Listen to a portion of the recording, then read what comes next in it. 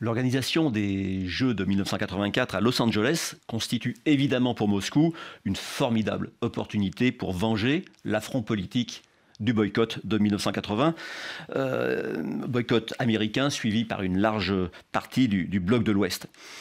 Le 8 mai 1984, prétextant des problèmes de sécurité auxquels évidemment personne ne croit, l'URSS fait donc savoir au monde qu'elle n'enverra pas de délégation aux Jeux, suivi en cela par une quinzaine de pays du bloc de l'Est, dont certaines nations à fort potentiel de médailles. On pense à la RDA ou on pense à Cuba notamment. Pour Moscou, ce coup présentait un triple intérêt. D'abord, il devait cacher aux yeux du monde l'état de délabrement de l'URSS et le délitement d'un système qui était à l'agonie.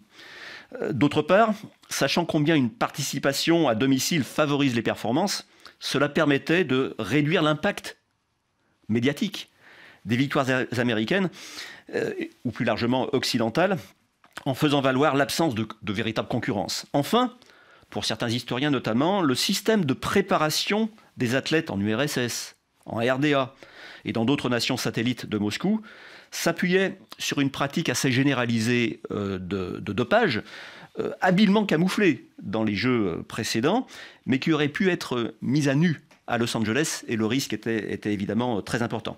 Il faut cependant noter deux cas particuliers dans cette réponse assez uniforme du bloc communiste. D'abord, avec la Roumanie, qui avait toujours mené une politique sportive assez originale à l'Est, en dépit des pressions soviétiques.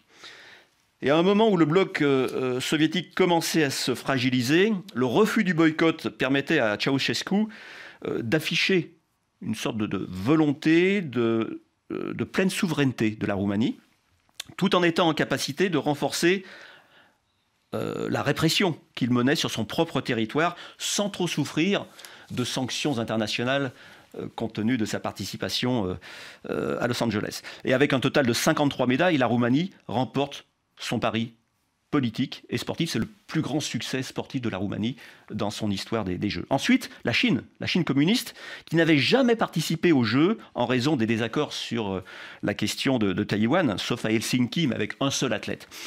La Chine, donc, qui prépare son retour sur la scène olympique depuis plusieurs décennies, pouvait-elle être absente à Los Angeles? Non. Non.